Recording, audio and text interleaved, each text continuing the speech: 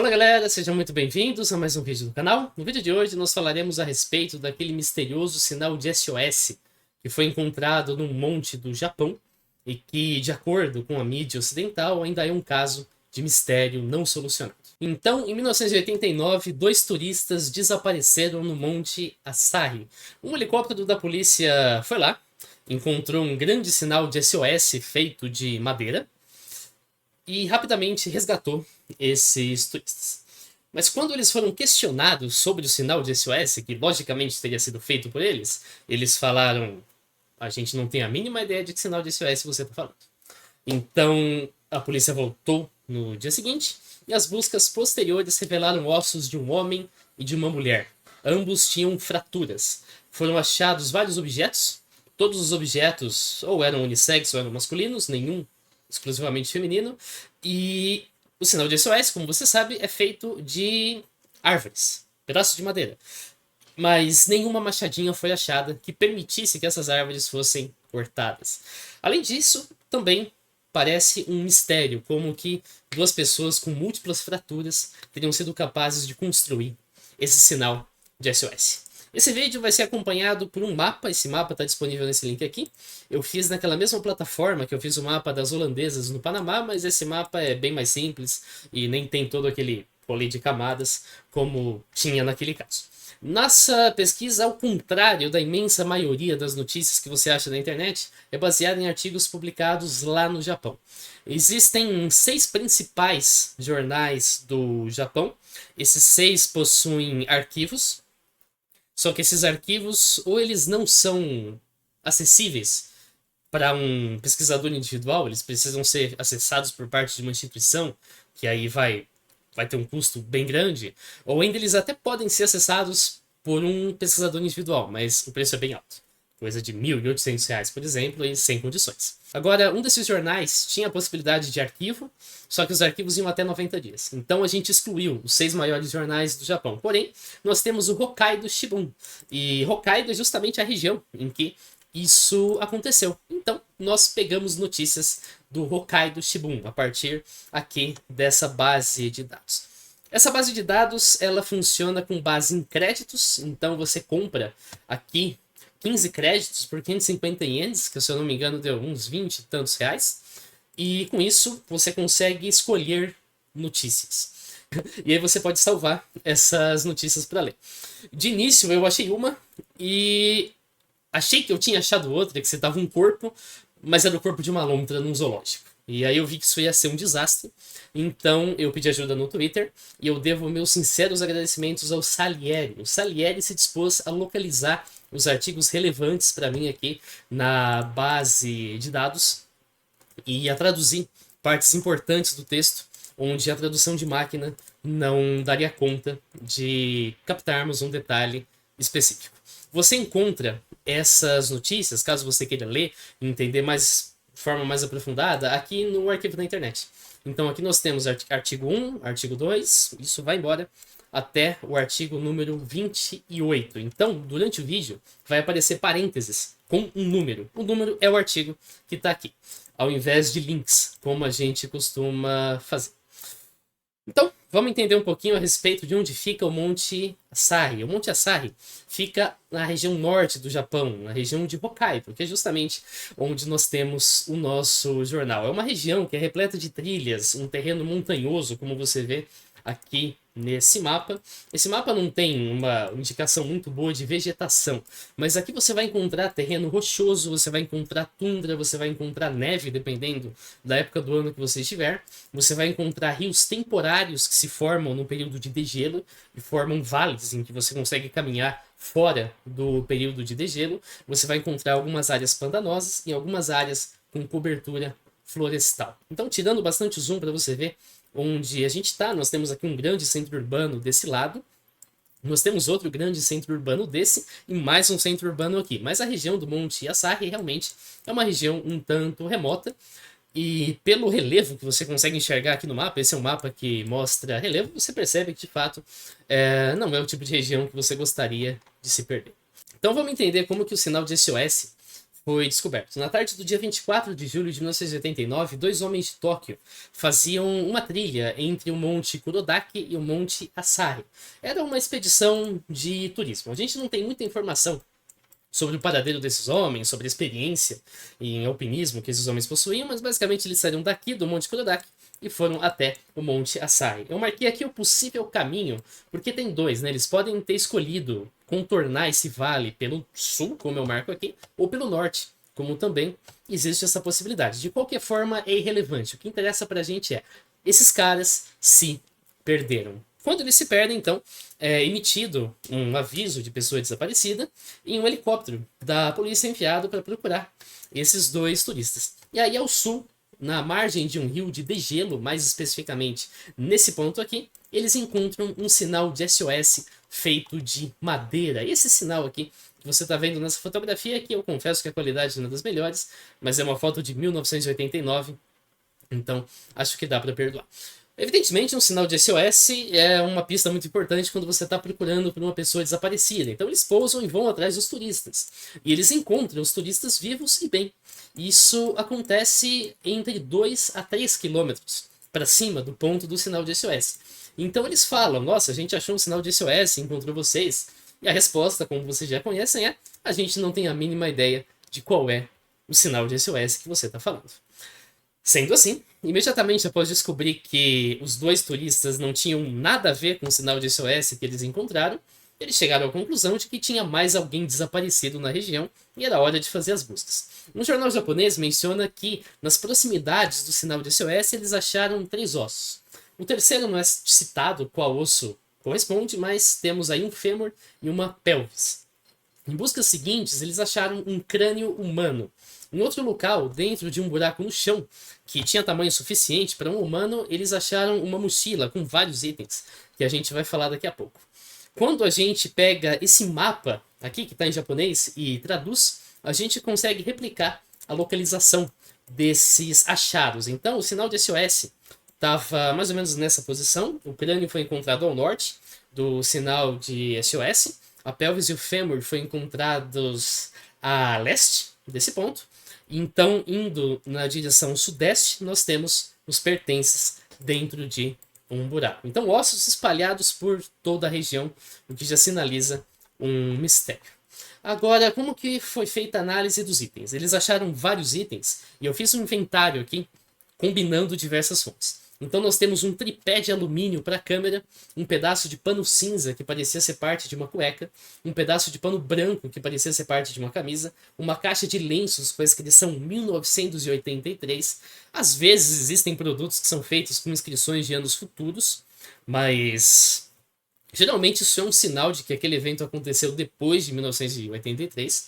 Pedaços de uma câmera, um sapato esportivo masculino da cor verde, 3 fitas, um gravador, uma caixa de fitas, uma carteira de motorista pertencente ao Kenji Iwamura, que estava desaparecido desde 1984 após escalar o Monte Asahi, um omamori, eu vou pesquisar no Google aqui para ver do que se trata, mas é um amuleto de proteção que as pessoas usam para dirigir. Então a ideia é que você use isso aqui para se proteger contra algum tipo de acidente de trânsito, algum tipo de situação em que você possa se envolver num acidente. Ao menos é isso que os jornais aqui mencionam. Se você pesquisar por traffic, você vai encontrar o termo Traffic Safety Charm, né? Basicamente esse tipo de amuleto.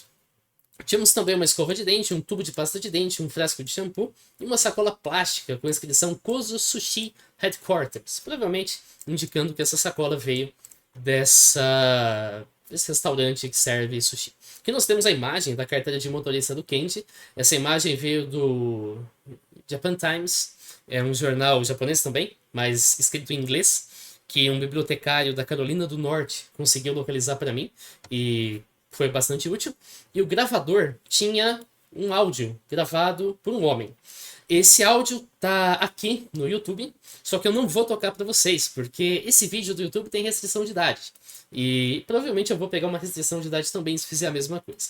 Esse áudio, ele é falado com espaçamento entre as palavras, numa voz bem alta, mas uma voz controlada. O homem não parecia estar num estado de desespero em sentido de confusão. Então você tem, claro, o desespero de, ok, eu estou no meio do mato, eu estou numa situação em que eu não sei como eu vou sair, então eu vou gritar pedindo ajuda. E tem o tipo que é, eu estou no mato, eu estou numa situação em que eu não sei o que fazer, e eu vou então gritar de uma forma totalmente sem nexo e totalmente desesperada para ver se alguma coisa acontece. Isso muitos sobreviventes fazem, muitas vítimas também fazem, mas não é o caso aqui. Nesse caso, ele fala: SOS, me ajude, eu estou preso na montanha. SOS, me ajude, eu estou preso na montanha. SOS, me ajude, SOS, me ajude. O lugar foi onde eu encontrei o helicóptero pela primeira vez. O bambu é muito denso, eu não consigo subir. Me resgatem a partir daqui. Ele usa lift me up, isso que aparece nas traduções em inglês. Lift me up significa justamente o ato de você ir de helicóptero, descer uma equipe, abraçar a vítima e levantar ela com segurança para o helicóptero. Eu traduzi desse jeito. Alguns portais, por exemplo, esse Fórum Gamer, que eu acho que já indica que não é uma boa fonte, ele menciona uma coisa que parece um tanto suspeita, mas que é bom a gente já tirar do caminho porque é totalmente falsa. Não sei se eu vou conseguir traduzir para inglês, mas se você pesquisar aqui por woman, você vai encontrar a informação de que na fita foi ouvido o grito de uma mulher e que o corpo tinha sinais de que ela tinha sido queimada até a morte. Isso é mentira, tá? Não tem absolutamente nada a ver com isso. Não tem nada que faça menção a isso nas fitas. A fita só tem o que eu falei para vocês na voz de um homem. A fita não tem a voz de nenhuma mulher. Então, se você viu isso em algum lugar, que eu acho que nem é popular no Ocidente, pode desconsiderar porque é falso. O resto das fitas tinha música de anime, por exemplo, Macross, de 1982. Esse anime que você encontra aqui. E também Mahou no Princess Minky Momo, não sei se a pronúncia é essa, que é de 1983, conforme você encontra aqui. E uma das fitas tinha uma imagem recortada, provavelmente de algum material publicitário, de um mangá, alguma coisa do gênero, com a própria personagem. Então essa moça que você vê aqui na capa do anime é justamente a moça que você vê aqui na fita. A conclusão foi que o homem levou o gravador. O gravador também era um tocador de fitas, então ele ia ouvindo música de anime durante a viagem. Ele se encontrou em apuros e decidiu gravar uma mensagem que seria deixada tocando o mais alto possível no gravador para as equipes de resgate, caso ele eventualmente dormisse, e as equipes de resgate, então, que estivessem andando pela região, pudessem seguir esse som da gravação. Ele menciona um helicóptero, então ele provavelmente imagina que havia um helicóptero procurando por ele. Vamos falar mais a respeito disso daqui a pouquinho. Então, inicialmente, a gente imaginou que a vítima era um trabalhador de Tóquio de 48 anos, que tinha desaparecido em junho de 1989 na mesma região. Eu não sei o que aconteceu com esse trabalhador, se ele foi encontrado ou não. Mas quando investigaram o sinal de SOS, descobriram que ele tinha sinais de ter passado por pelo menos um inverno. Então isso eliminaria essa possibilidade. Uma pesquisa entre desaparecidos revelou que a única pessoa que se encaixava nessa restrição era o Kenji Yamamura, que desapareceu em 1984.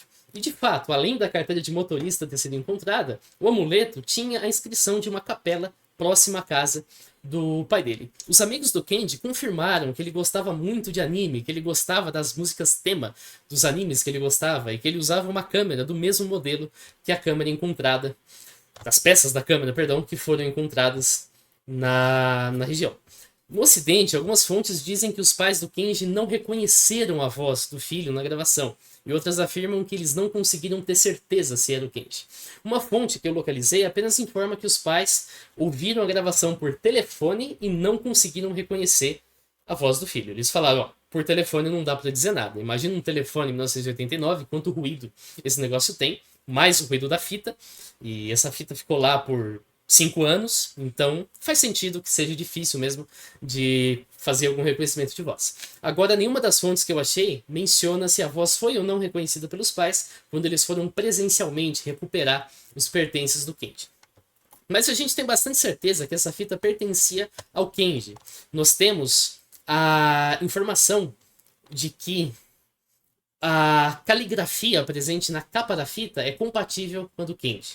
Outra fonte afirma que um laboratório acústico analisou a gravação e percebeu que o sotaque usado na gravação era típico da região de Kyoto, que é onde o Kenji vivia.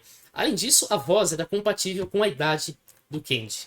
Aí você deve estar pensando, tá, mistério resolvido. O Kenji foi lá, fez o sinal de SOS, morreu e para por aí.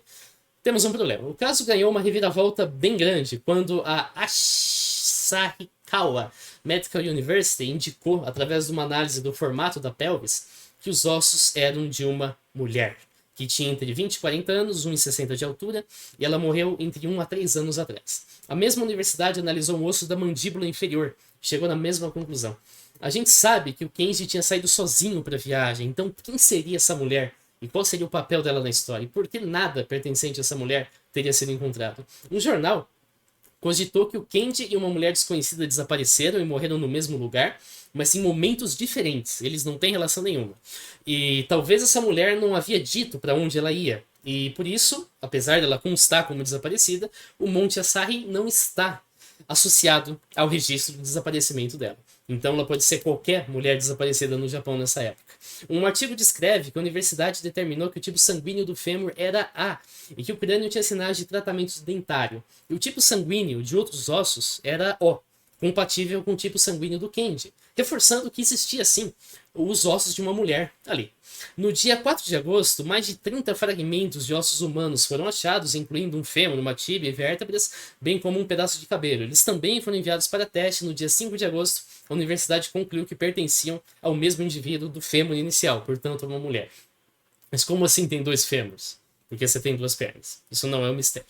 O assunto parece ter ganhado pouca atração desse momento em diante e permanecido como um caso não solucionado. Porém, no dia 28 de fevereiro de 1991, alguns sinais já indicavam que os ossos identificados como femininos seriam masculinos.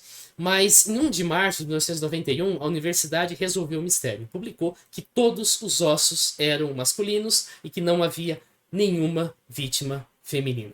Você deve estar pensando, mas como que uma mudança tão drástica acontece assim? Será que eles estão encobrindo alguma coisa?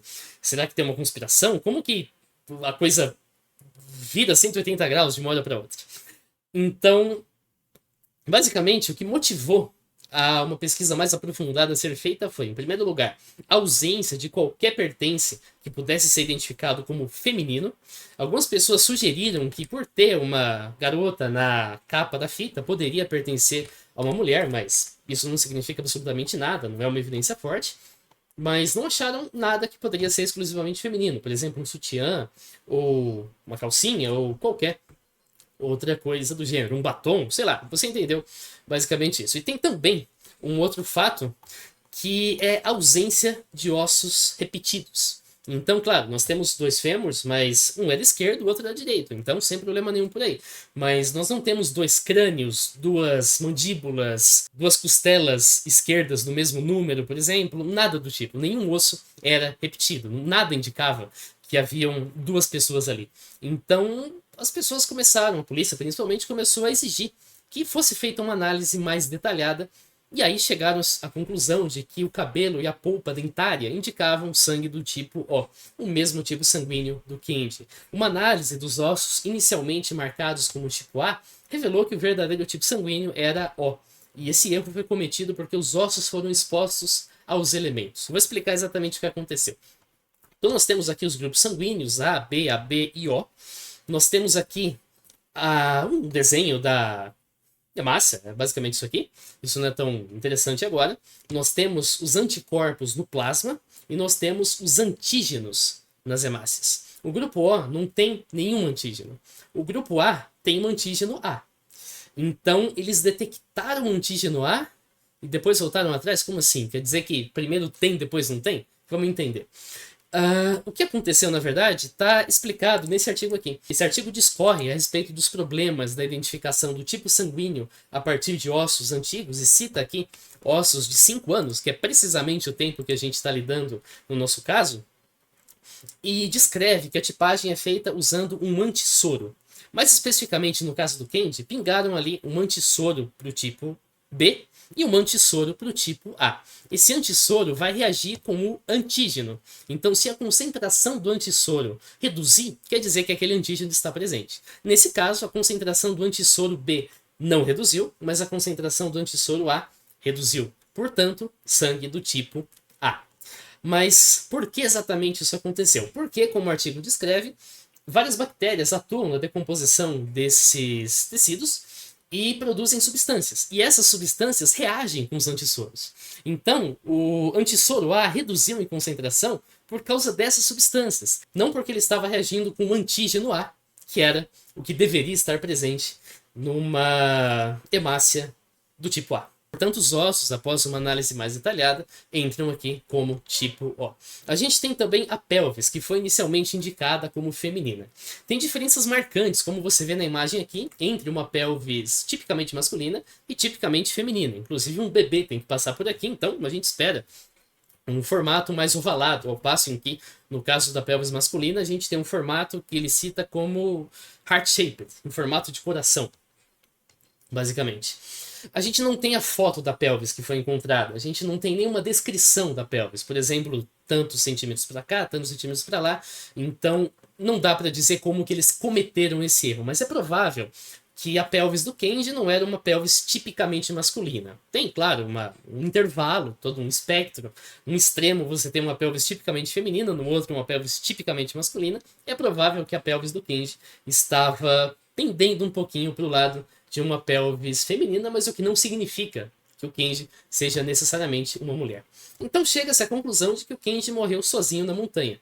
Numa notícia do dia 2 de março, a família do Kenji recebe os seus restos mortais e encaminha para a cremação, se eu não me engano. Então, o mistério que até hoje perdura no Ocidente, na Wikipedia, tá como caso não resolvido, foi resolvido em 1991. A família recebeu os restos mortais do Kenji. Então, talvez você ainda tenha algumas dúvidas a esse respeito. Primeiro, por que o Kenji cavaria um buraco? Ele desapareceu em julho de 1984. Era verão. Agora, um verão numa cidade brasileira, aqui no Hemisfério Sul, é bem diferente de um verão no Monte Açaí. Conforme você pode ver nesse gráfico aqui, que é precisamente do Monte Açaí, não é Japão genérico, é precisamente do Monte Açaí, aliás, está menos 12 graus Celsius lá agora, conforme indica. Nós temos aqui no mês de julho que a média máxima diária é de 20 graus. A mínima média diária é de 14 graus. Num dia quente, chega a 25 graus. Numa noite fria, chega a 8 graus.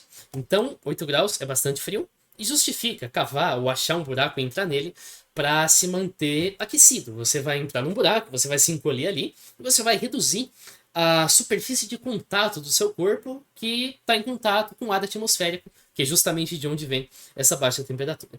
A outra pergunta é, por que os ossos estavam tão dispersos? Você viu no mapa que tem crânio aqui, fêmur ali, outros ossos aqui?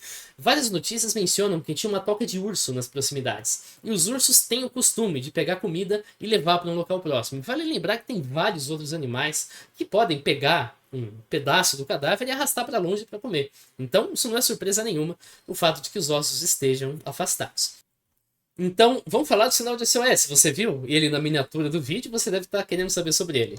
Isso é o aspecto mais notável do caso. Muita gente se pergunta se um japonês faria um sinal de SOS com letras no alfabeto latino. Agora, SOS é um código internacional de socorro que já era muito bem conhecido em 1984. Ele é bem útil por duas razões principais. O primeiro é que você pode fazer esse sinal em código Morse de uma forma extremamente simples. Não sei se eu tenho nada aqui que eu consiga usar para piscar. Tem um microfone, mas se eu piscar com o microfone, a luz vai apagar. Mas enfim, basicamente você vai fazer 3 piscadas curtas, 3 piscadas longas. 3 piscadas curtas, 3 piscadas longas. E você vai ficar repetindo isso até alguém te achar.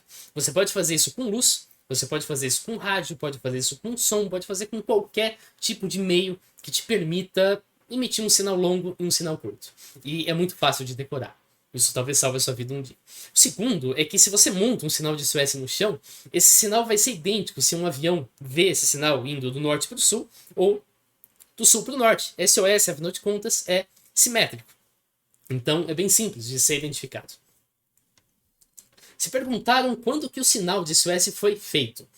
A gente não tem exatamente uma confirmação da data de 1984, mas a gente sabe que ele existia ao menos desde 1987.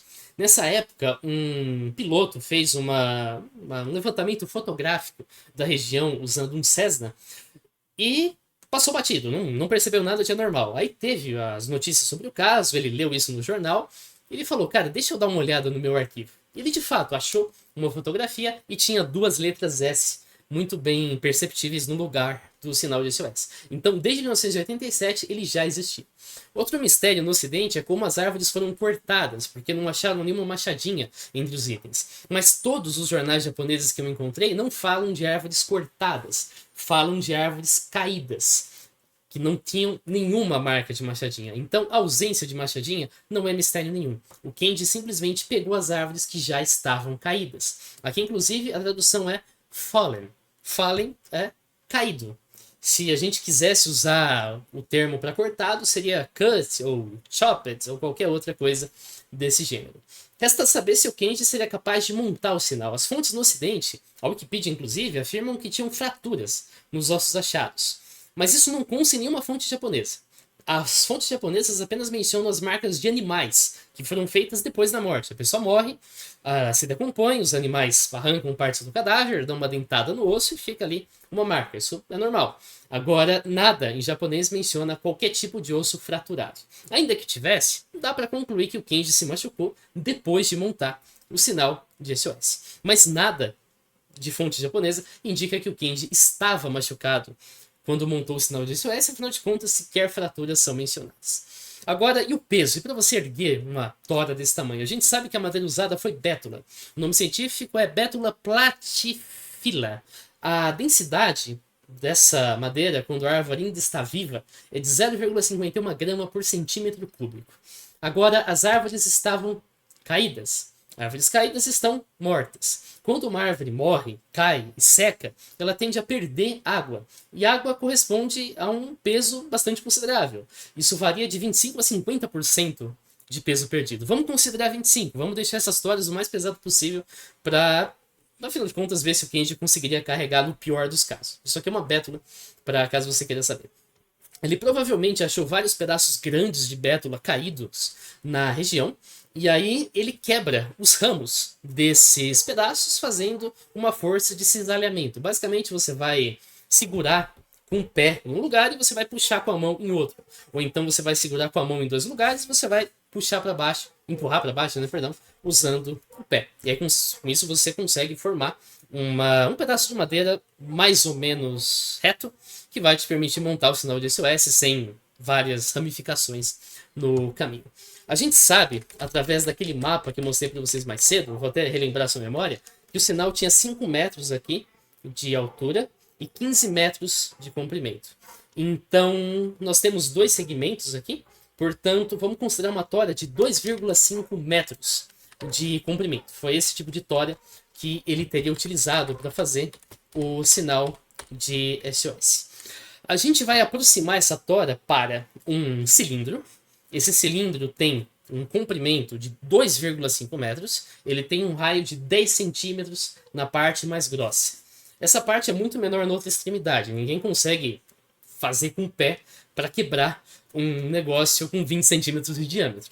Mas, evidentemente, uma árvore não funciona assim, então ela é menor na outra extremidade. Mas, no nosso cálculo, a gente vai considerar que o cilindro é inteiro com esses 20 centímetros de diâmetro. Então a gente usa aqui a fórmula do volume do cilindro, tudo está em centímetros, então a gente chega em 78.500 centímetros cúbicos, aí a gente multiplica pela densidade, o resultado dá 40.035 gramas, vamos fazer um arredondamento, 40 quilos. Ah, você arredondou para baixo. Sim, 35 gramas a mais não ia interferir na capacidade de alguém de carregar um pedaço de madeira. Mas teve a perda de água, então o peso, multiplicando aqui por 0,75, que é um desconto de 25%, nós temos 30 quilos. Perfeitamente razoável que um homem de 25 anos consiga carregar uma tora de 30 quilos e monte, afinal de contas, aquele sinal de SOS. Tem especulação de que o Kenji fez o sinal de SOS com base no Astro Boy, que é um mangá de 1962, em que uma personagem fica presa na lua e aí monta um sinal de SOS de madeira, conforme você vê nessa cena do mangá. Agora, isso é pura especulação. A gente não sabe se o Kenji conhecia o mangá Astro Boy. O mangá Astro Boy não foi achado em nenhum dos pertences do Kenji, portanto, pode ser que sim, pode ser que não. Não dá para afirmar nada a respeito disso aqui. Agora, como que o Kenji chegou até lá e por que ele morreu lá? O local é bem afastado da trilha, mas o fato dele ter chegado lá não é um mistério tão grande. Afinal, outros 2 turistas também chegaram naquele local 5 anos depois. No topo do Monte Asahi, a gente tem 2 pedras. Essa aqui é chamada pedra segura. Essa aqui é chamada pedra segura falsa. Elas são muito parecidas, elas são quase idênticas, ambas são retangulares. E a questão é que a pedra segura você usa como um marcador de para onde a trilha vai. A trilha segue pelo Monte Assari e vai adiante. Se você se confundir e usar a rocha falsa como a rocha segura, você vai ser levado precisamente para o local onde o sinal de SOS foi feito. Lembrando que isso aconteceu na mesma época, julho, ambos desapareceram em julho, tanto os dois turistas quanto o Kenji. Então, naquela época, o rio de degelo já estaria seco e, portanto, daria para ir descendo ali no meio das pedras, no meio da vegetação e descer uma coisa relativamente simples. Aí, então, é provável que o Kenji tenha feito essa confusão, como eu disse. Alguns meses depois desse... Alguns dias depois desse resgate, instalaram inclusive uma placa na rocha falsa para evitar que outros acidentes semelhantes acontecessem. Agora, o Kenji montou um sinal, mas conforme um piloto descreveu, o sinal é difícil de ser visto por alguém que esteja normalmente voando ao redor. Então, alguém teria que estar realmente procurando por alguma coisa para que o sinal chame a atenção. A gente não achou nada de notícias sobre a busca pelo Kenji em 1984, então a gente nem sabe se usaram aviões ou helicópteros na região. O Kenji menciona, sim, um helicóptero na gravação dele. Isso não é um grande mistério. Muito provavelmente um helicóptero civil voou pela área algumas horas antes da gravação ser feita e o Kenji imaginou que fosse uma equipe de resgate. Como que eu cheguei nessa conclusão? Para isso a gente vai ter que pular lá para a página 3, que é onde nós temos o nosso mapa, e dar uma olhada no cenário da região, dar uma olhada em como que aqueles centros urbanos se distribuem. Então nós temos aqui o sinal de SOS, e nós temos um grande centro urbano aqui. Se você vai fazer um voo que vai daqui para cá, você passa pelo sinal de SOS. Se você vai fazer um voo que vai daqui para cá, você também passa pelo sinal de SOS. É bem provável que um helicóptero civil tenha feito esse voo. O Kenji viu, pensou que fosse uma equipe de resgate e falou que eles vão pousar, vão me procurar, vou deixar esse gravador tocando para ver se alguém me encontra. Então, isso vai dar certo. Infelizmente, não deu certo. Também se pergunta por que o Kenji teve força para montar um sinal de SOS, mas não para seguir sozinho até a civilização. Ele tinha duas opções, ele poderia subir de onde ele veio, ou ele poderia descer o rio de degelo. A gravação já explica por que ele não poderia subir. O bambu era muito denso, ele fala isso na gravação, então isso não é mistério nenhum. Descer um caminho montanhoso, de fato, é muito mais fácil do que subir um caminho montanhoso, especialmente se ele tem cobertura vegetal. Mas o Kenji podia sim descer. E como você pode ver, se ele seguisse aqui o nosso rio de degelo, ele faria um percurso de uns 8 quilômetros, que eu já considerei as curvas do rio, numa linha reta, são 8 quilômetros mesmo, e ele chegaria nesse ponto aqui, onde a gente tem uma ponte e uma estrada, e algumas construções. Eu não sei se elas existiam na década de 80, 1984, mas certamente aqui ele teria muita esperança de ser encontrado vivo. Provavelmente ele teria energia para percorrer esses 8 quilômetros e chegar até o local. Agora, a questão é que nada garante que o Kenji tinha ideia de onde ele estava, de que o Kenji sabia que existia essa estrada, e nenhum mapa foi encontrado entre os pertences, e o Kenji também não tinha nenhuma experiência em montanhismo. Outros perguntam por que ele não simplesmente faz uma fogueira para chamar a atenção das equipes de busca. Montanhistas experientes costumam carregar um isqueiro, e se eles fumam, eles carregam 2 isqueiros, um para cigarro, um para emergência. Você não vai querer usar o isqueiro de cigarro numa emergência, porque o isqueiro de cigarro falha eventualmente e aí você tá ferrado. Então é bom ter um separado para isso. Agora o Kenji não era um montanhista experiente, então ele provavelmente não carregava um isqueiro, e ele também não fumava, então também não carregava um isqueiro. Portanto é improvável que ele teria isqueiro ou fósforo contigo para fazer a fogueira e, portanto, chamar atenção. No dia 30 de julho de 1989, desmontaram o sinal de SOS. Isso não é uma conspiração para esconder a natureza do sinal. Isso é simplesmente para evitar que um piloto veja o sinal, chame as autoridades, gere um alarme falso e recursos sejam destinados para procurar alguém que não desapareceu e que poderiam ser usados para procurar alguém que de fato desapareceu. Então assim a gente pode concluir que o caso só é um mistério no Ocidente, porque as informações que os autores ocidentais usam não são completas o bastante. Esse caso já foi solucionado do Japão há décadas. O Kenji fez uma expedição do Monte Assari em 1984, ele provavelmente confundiu as duas pedras. Se você confunde as duas pedras, você segue o rio de degelo em direção ao sul, você desce um terreno que dá para percorrer para baixo, mas inviável de subir devido ao bambu e ao declive. Quando ele chegou no vale, ele se deu conta de que ele estava perdido e ele não conseguia subir. Então ele teve a ideia de recolher pedaços de bétula presentes no chão, fazer algumas quebras para obter um pedaço mais ou menos reto. Cada um tinha um peso máximo de 30 kg, considerando então esses pedaços de 2,5 metros, aquele cilindro, e montou o sinal de SOS. Ele provavelmente procurou abrigo do frio na forma de um buraco no chão. Em algum momento ouviu um helicóptero civil na região, achou que estava sendo procurado por equipe de resgate e gravou a fita pedindo ajuda. E planejou em deixar a fita tocando para chamar a atenção de alguma equipe no solo. É óbvio que alguém no ar não ia conseguir ouvir essa fita, mas alguém no solo, que geralmente se divide entre equipes e vão percorrendo a área por grades e vão percorrendo a área por quadrados dentro de uma grade, eventualmente iria ouvir essa gravação. Infelizmente, isso deu errado. O Kenji faleceu, a gente não sabe a causa da morte. Frio, fome, sede, não dá para descobrir. E ao longo de 5 anos, o cadáver foi devorado por animais, as partes foram arrastadas pela região, ursos tipicamente fazem isso e vários outros predadores menores fazem isso. Em 1989, os 2 turistas se perdem na região da mesma forma que o Kenji e são resgatados graças ao sinal que foi deixado por ele. Esse foi o vídeo, valeu por você que assistiu. Em breve a gente se vê. Falou!